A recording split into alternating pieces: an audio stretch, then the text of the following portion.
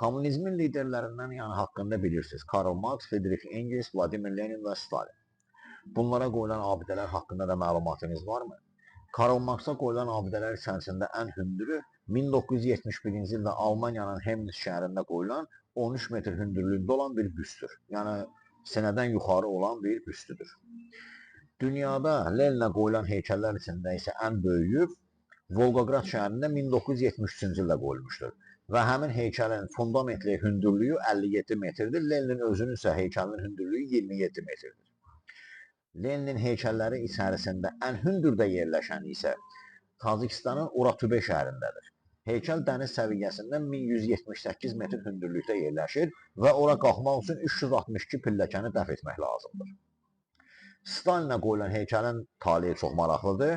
Stalinə qoyulan ən hündür heykəl Çexoslovakiyanın Praqa şəhərində 1955-ci ildə qoyulmuşdur.